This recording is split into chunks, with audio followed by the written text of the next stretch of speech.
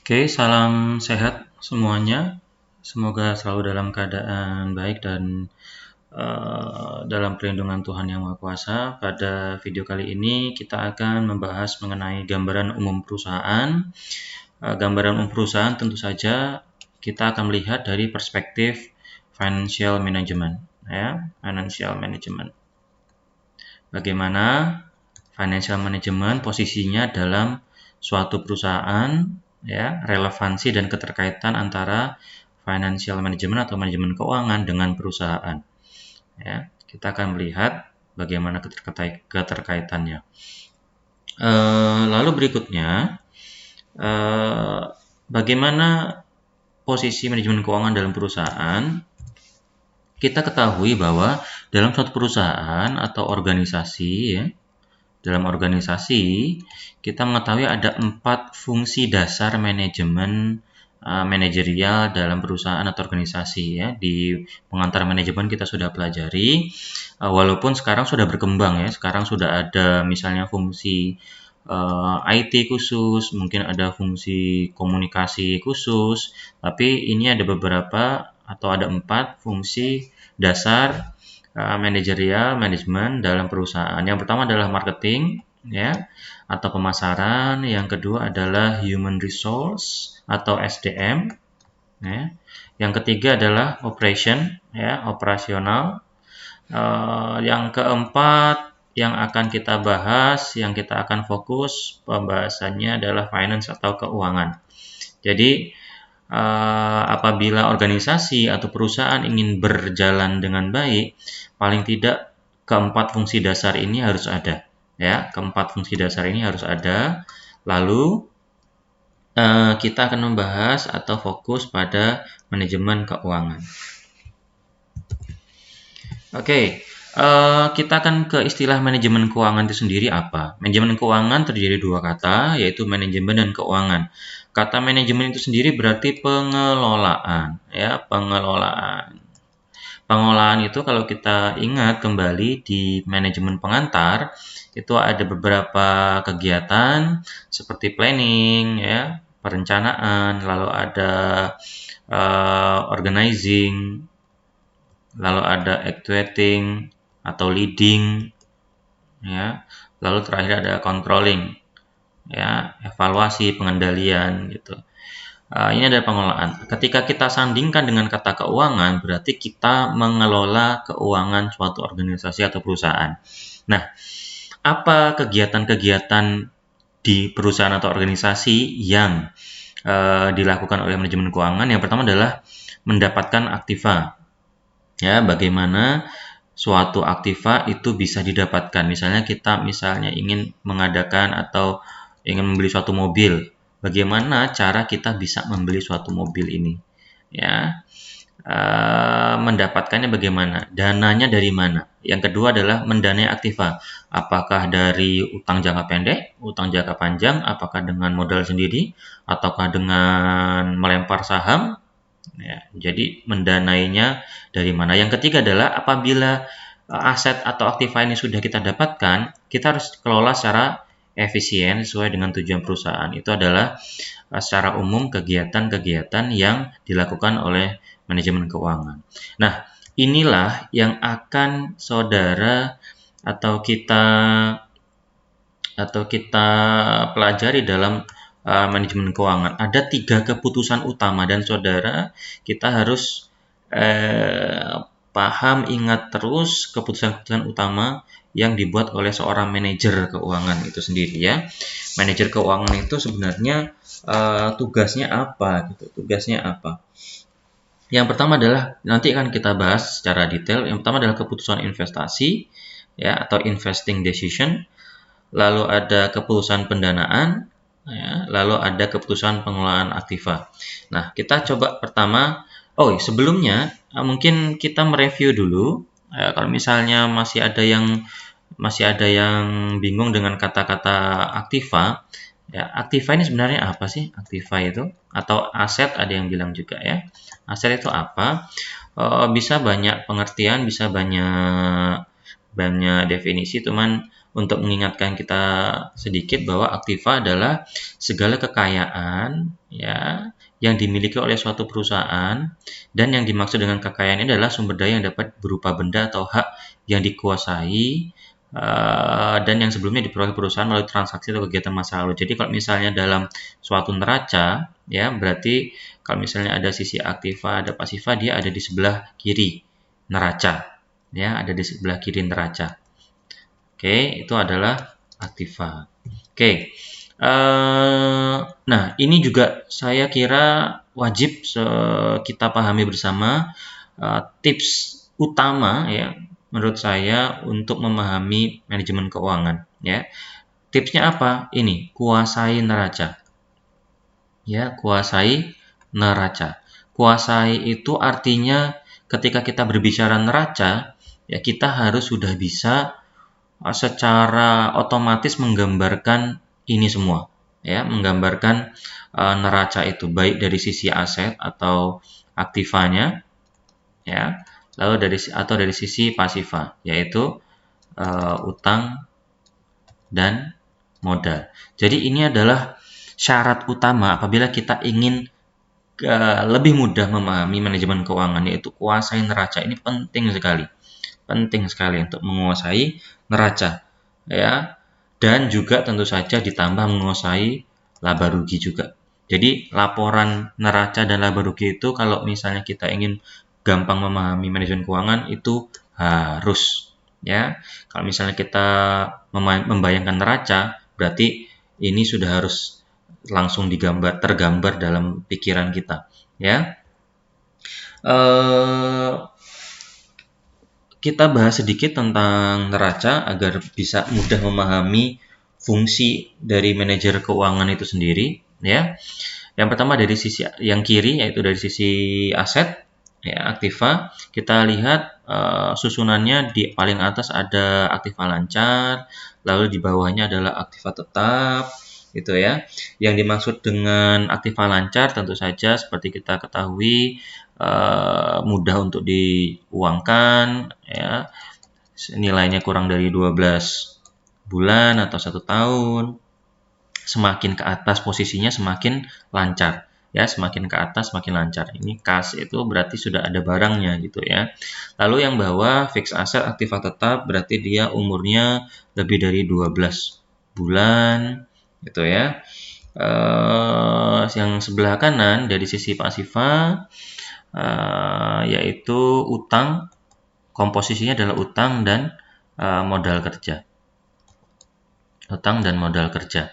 Nah, kita lihat dari paling atas adalah utang lancar, utang yang jatuh temponya kurang dari 1 tahun atau 12 bulan. Di sini biasanya ada utang dagang ya, ada wesel, ada accrual. Masuk accrual itu utang gaji, utang pajak dan lain-lain. Lalu ada utang bank jangka pendek, karena utang bank juga bisa jangka panjang. Kalau utang jangka panjang berarti dia masuknya ke utang jangka panjang atau utang yang umurnya lebih dari 12 bulan atau 1 tahun. Umur itu maksudnya jatuh tempo ya. Di sini ada contohnya utang bank jangka panjang, lalu ada leasing, ada obligasi gitu ya. Lalu yang paling bawah adalah ekuitas atau modal. Ini bukan modal kerja ya, modal gitu ya, modal. Karena semuanya ini modal kerja. Kalau modal kerja nanti ke sini, ke utang lancar, ke yang bagian sini. Berarti utang dan modal ya. Sisi pasiva kita lanjutkan, di paling bawah ada modal. Modal ini ada common stock kalau misalnya dia saham biasa, kalau misalnya dia perusahaan tertutup berarti saham yang ada dalam kepemilikan. Kalau misalnya dia perusahaan TBK terbuka mengeluarkan sahamnya di bursa efek, berarti ini saham yang dilemparkan ke masyarakat. Lalu ada agio saham, lalu ada laba ditahan. Nah, total semua ini didapatkan adalah total utang dan shareholders equity atau modal dari pemilik gitu ya. SHE itu shareholders equity. Ini kalau misalnya kita ingin gampang memahami MK, susunan dari neraca ini sudah harus bisa benar-benar terbayang di kita. Kalau misalnya kita disebutkan tanah atau bangunan masuk mana, berarti langsung kita bisa masukkan, oh dia masuk fixed asset. Kalau misalnya kita mendengar kata laba ditahan, oh langsung kita bisa ketahui bahwa dia ada masuk di modal, ya, di sisi pasifa. Ini harus wajib hukumnya untuk kita pahami, kita langsung bisa kita bayangkan, ya. Jadi benar-benar dibaca kembali tentang neraca dan laba rugi, ya, dan laba rugi. Lalu kita masuk ke 3 keputusan utama dari seorang manajer keuangan, ya. Sudah masuk kita ke keputusan yang pertama, ya. Keputusan yang pertama, ya, yaitu keputusan pendanaan, ya, keputusan pendanaan, atau kalau misalnya bahasa Inggrisnya biasa juga disebut dengan financing decision. Financing decision, ya. Nah, apa yang dimaksud dengan keputusan pendanaan? Keputusan pendanaan adalah manajer keuangan harus mempersiapkan sumber modal dengan mencari sumber dana, ya. How to obtain the funds, atau bagaimana caranya manajer keuangan itu mendapatkan sumber modal. Nah, sumber modal, sumber dana ini dapat diperoleh, dapat dilihat dari sisi pasifa suatu neraca, ya. Nah, makanya tadi saya katakan sebelumnya, harus sudah bisa membayangkan secara cepat bagaimana neraca itu, ya. Kalau misalnya sumber dana yang diperoleh dapat dilihat dari sisi pasifa, berarti yang ada di sini ada utang jangka pendek, ada utang jangka panjang, ya, pendek, ada utang jangka panjang, lalu ada shareholders equity, ya.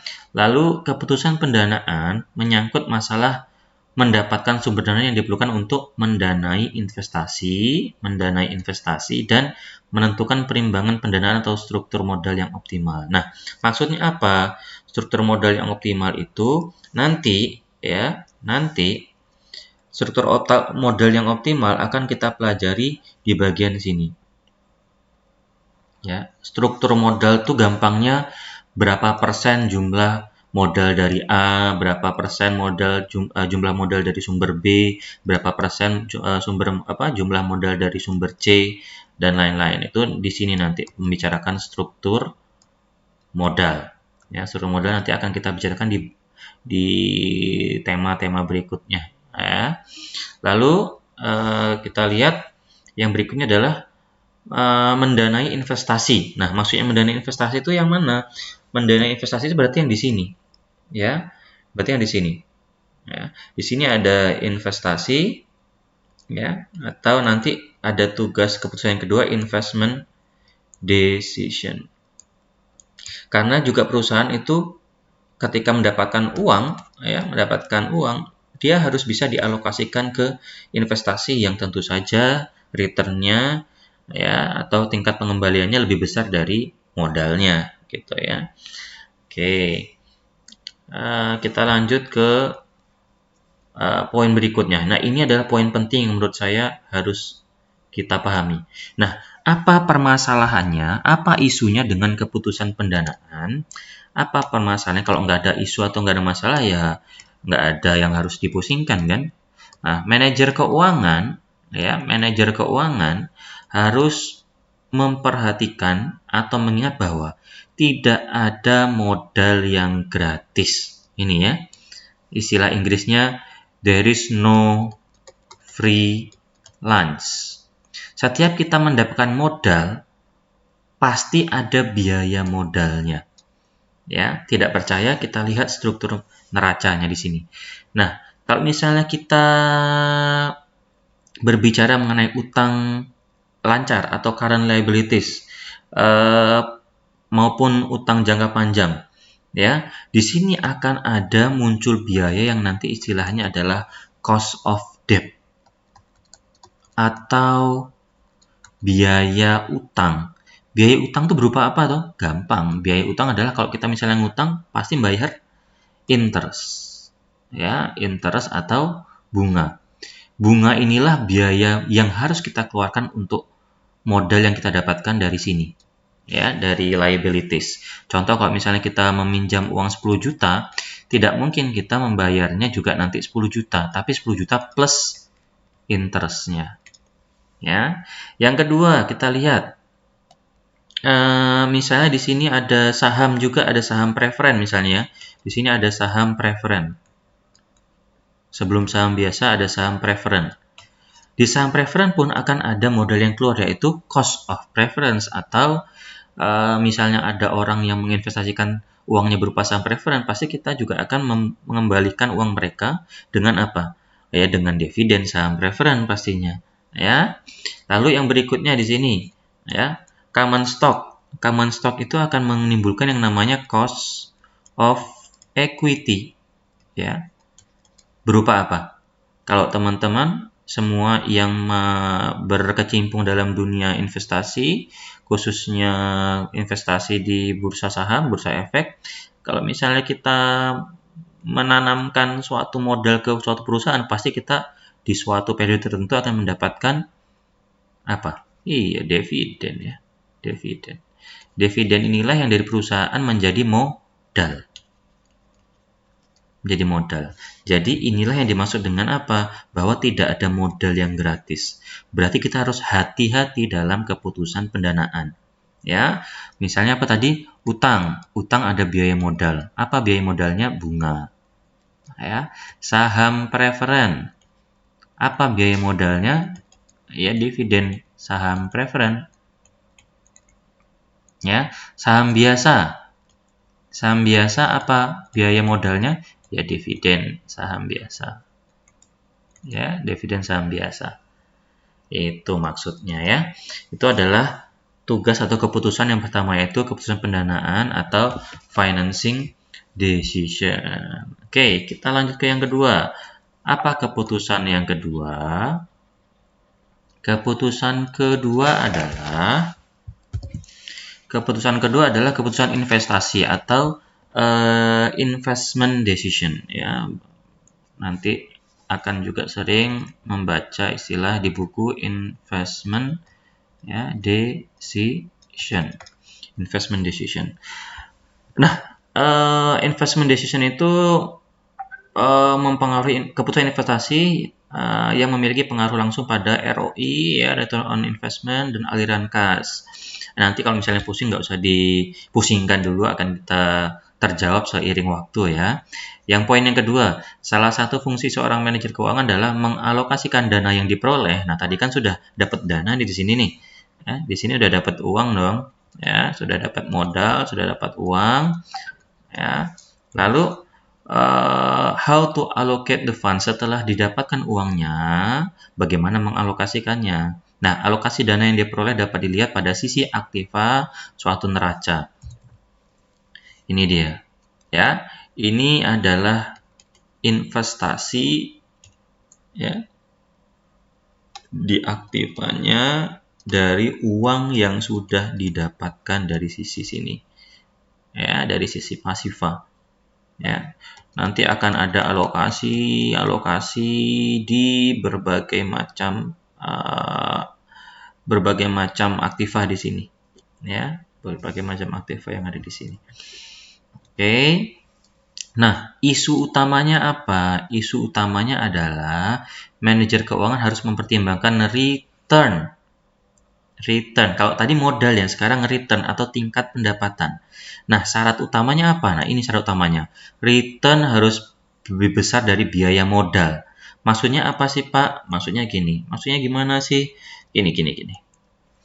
Kita mendapatkan uang misalnya dari pinjaman jangka panjang. Dapat berapa? 10 juta. Ketika kita mengembalikan ini, misalnya kita pinjam ke bank ya. Misalnya bank Seturan dapat 10 juta. Ketika kita kembalikan, tentu tidak hanya 10 juta dong ya, tapi 10 juta plus interest. Misalnya interestnya adalah 2 juta. Berarti total pengembalian kita berapa? 12 juta. gitu kan, 12 juta. Kita pinjam 10 juta, kita kembalikan 12 juta, harus kembalikan 12 juta.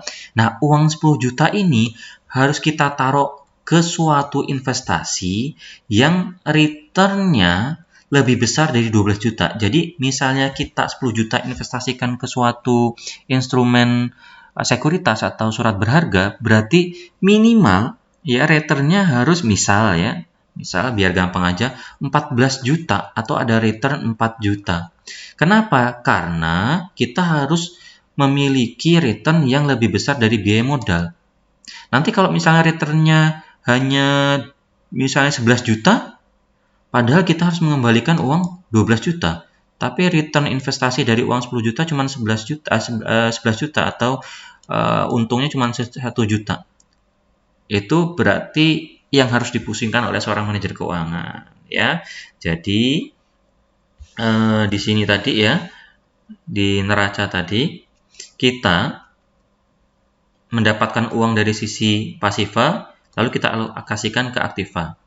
Catatannya adalah return-nya harus lebih besar dari biaya modal yang harus dikeluarkan. Kalau tidak, berarti kita gampangannya rugi. Ya, berarti kita harus cari komposisi investasi di aset ini, di aktiva ini yang memiliki return lebih besar dari biaya modal. Ya, bisa saja kita di sini kan di sini akan masih ada ini nih, masih ada piutang, surat berharga. Lalu kita misalnya investasi di mesin baru, ya, berarti mesin barunya harus bisa menghasilkan lebih besar dari biaya modalnya gitu ya. Jadi itu yang harus dipusingkan oleh seorang manajer keuangan. Nah, ini adalah keputusan kedua gitu. Keputusan kedua. Lalu berikutnya, keputusan yang terakhir. Keputusan yang ketiga seperti apa? Keputusan 3 berarti keputusan tentang pengelolaan aktiva. Sudah dapat uangnya, ya, sudah dibelanjakan suatu aset, misalnya mobil, ya, dan macam-macam, ada barang yang lain-lain, ini harus kita kelola. Ya, jika aktiva sudah diperoleh dari pendanaan yang tepat, semua aktiva harus dikelola secara efisien. Ya, jadi tidak hanya dapat uangnya saja, lalu membelanjakannya saja, lalu memikirkan returnnya, tapi juga dipikirkan apa? Depresiasinya, bagaimana cara menggantinya. Nah, karena nanti pasti ini kan ada umur ekonomis ya. Ada umur ekonomis, ketika umur ekonomisnya habis berarti sudah harus ganti. Nah, itu juga harus dipikirkan. Nah, itu adalah 3 keputusan utama seorang manajer keuangan atau dalam manajemen keuangan. Nah, sekarang tugas seorang manajer keuangan itu apa? Tentu saja tugas manajer keuangan kalau misalnya kita lihat dari tujuan perusahaan, ya, tujuan perusahaan yang berkaitan dengan manajemen keuangan. Apa tugasnya sebuah perusahaan? Kalau misalnya kita lihat, kita baca di buku, akan ada sejarah tentang perkembangan tujuan perusahaan. Seperti di sini ya. Manajemen keuangan yang efisien berarti kan memerlukan apa? Memerlukan tolak ukur. Apakah dia kinerjanya bagus atau tidak. Nah, tolak ukur inilah yang dikatakan apa? Tujuan perusahaan. Kalau tujuan perusahaannya berhasil, berarti dia efisien. Ya, tapi kalau tidak berhasil ya berarti tidak efisien. Lalu apa tujuan perusahaan? Ini adalah nanti bisa dibaca di literatur secara lengkap gitu ya. Ada maksimisasi laba, tapi ada kelemahan-kelemahannya. Ya, kelemahan-kelemahannya adalah nanti bisa menurunkan earning per share malahan gitu ya. Lalu ada maksimisasi laba per lembar saham. Lalu ada maksimisasi kemakmuran pemegang saham. Ya, ketiga ini ya memiliki kelemahannya masing-masing. Nah, bisa saja ini jadi tugas saudara nanti untuk mencari tahu apa kelemahannya ya. Coba dicari apa kelemahan masing-masing ini. Dan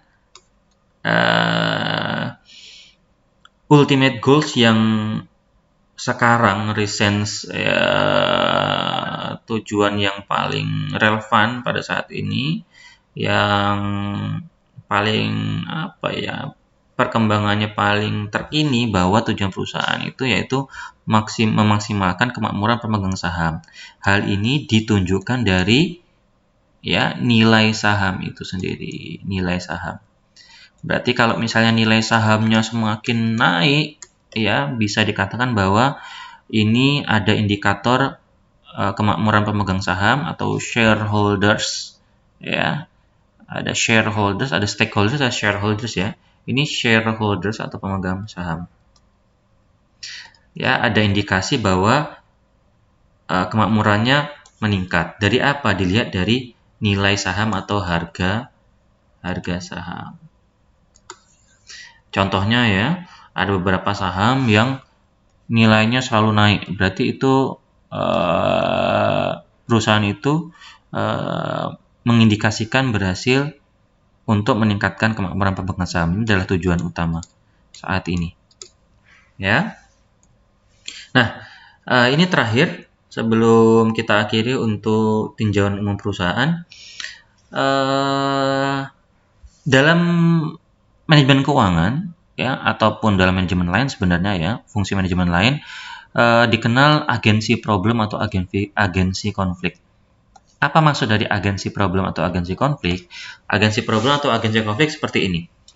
Jadi, ada stakeholders ya. Stakeholders itu pemangku kepentingan. Stakeholders itu ada macam-macam. Ada pemegang saham. Ya, ada pemegang saham. Lalu ada karyawan. Ada pemerintah. Ada misalnya vendor gitu ya. Lalu ada pihak manajerial. Agensi problem adalah problem atau konflik yang terjadi antara pihak manajerial dengan pemegang saham. Kenapa terjadi konflik? Sederhananya seperti ini, karena mereka punya kepentingan yang berbeda. Ya, berbeda kepentingan. Pemegang saham itu tidak hanya satu atau dua orang, tetapi banyak orang tergantung dengan jumlah saham yang diedarkan di masyarakat dan berapa orang yang membelinya. Kalau yang diedarkan ada 10.000 lembar saham dengan yang beli ada 100 orang, berarti pemiliknya berarti juga berjumlah 100 orang. Ya, sedangkan pihak manajerial itu maksudnya adalah direkturnya, direktur utamanya, direktur pemasarannya, direktur keuangannya dan lain-lain. Itu di pihak manajerial. Ya. Nah, apa yang terjadi dalam konflik antara pihak manajerial dengan pemegang saham seperti ini. Ya. Pemegang saham itu istilahnya adalah prinsipal. Prinsipal ini adalah pemegang saham. Sudah kita bahas tentang tujuan perusahaan apa? Kepentingan mereka. Mereka punya kepentingan adalah memakmurkan diri sendiri ya. Kan tujuan perusahaan memakmurkan pemegang saham. Berarti mereka yang penting nilai sahamnya naik. Ya, nilai saham naik. Harga saham naik. Lalu mereka mendapatkan dividen yang besar. Itu adalah kepentingan utama dari pemegang saham. Karena pemegang saham ini banyak orang, misalnya tadi 100 orang ya yang beli saham, kan mereka tidak mungkin ngurusin perusahaan. Kan nggak mungkin 100 orang yang punya itu semuanya menjadi direktur. Nah, mereka menyewa orang, hire itu artinya sewa, menyewa sekelompok orang untuk menjalankan perusahaannya. Ya. Siapa itu? Yaitu pihak manajerial. Nah, pihak manajerial inilah yang disebut dengan agen. Agen atau orang yang ditunjuk untuk ngurusin perusahaan. PT, ABC misalnya. Ada direktur, jajaran direktur itu mereka diminta untuk mengurusi perusahaan. Nah, mereka juga punya kepentingan masing-masing. Ya, mereka juga punya kepentingan masing-masing. Contoh yang paling sederhana untuk menggambarkan konflik of interest dari prinsipal dan agen adalah kita bisa lihat di neraca. Ya. Ini performance itu maksudnya kinerjanya kan agen kinerjanya itu dilaporkan oleh prinsipal. Kita lihat apa sebenarnya. Nah, gini, kalau misalnya kita lihat laporan laba rugi, ya, kalau kita misalnya kita ingat laporan laba rugi, kan kita misalnya saya mulai dari sini saja ya, kita mulai dari sini saja. Misalnya laporan laba rugi itu ada laba sebelum pajak atau EBT, earning before tax, kan baru dikurangin tax menjadi apa? Menjadi EAT ya. Jadi earning after tax. Earning after tax. Tapi earning after tax ini bukan jumlah yang dibagikan oleh pemegang saham. Ya, tetapi earning after tax ini dikurangi dividen saham preferen dulu. Baru ada pembagian. Ada pembagian maksudnya apa? Ada pembagian, ada total misalnya Rp 10 juta. Ya. Setelah earning after tax dikurangi dividen saham preferen ya, misalnya 10 juta. 10 juta ini akan ada tarik menarik, pembagiannya untuk apa? Untuk dividen saham biasa, lalu untuk laba ditahan. Kalau kepentingannya pemegang saham, tentu mereka maunya dividen saham biasanya itu dari 10 juta banyak, biar mereka mendapatkan banyak. Jadi misalnya pembagiannya 7 juta sama 3 juta. Tapi kalau misalnya kepentingannya manajerial, misalnya mereka mau investasi mesin baru, mereka mau menaikkan gaji karyawan, mereka mau masih bonus karyawan, mereka mau investasi ke instrumen lain, maka ini akan mengurangi jumlah yang dibagikan ke pemegang saham. Kalau misalnya menarik, misalnya di sini 73, tapi laba ditahan atau manajerialnya minta ini 55, berarti kan jumlah untuk dividen untuk saham biasa yang dibagikan ke pemegang saham menjadi sedikit. Itu contoh perbedaan kepentingan antara prinsipal dan agen. Jadi prinsipal atau pemegang saham punya kepentingan sendiri, dan agen atau manajerial itu punya kepentingan sendiri dan kepentingannya itu berlawanan. Itulah yang namanya agensi problem atau agensi konflik. Teori keagenan ya. Itu. Nah, terima kasih sudah menyimak materi yang pertama, yaitu gambaran umum perusahaan. Tentu saja ditinjau dari perspektif manajemen keuangan. Kalau ada pertanyaan silahkan sampaikan ke email atau WhatsApp. Terima kasih.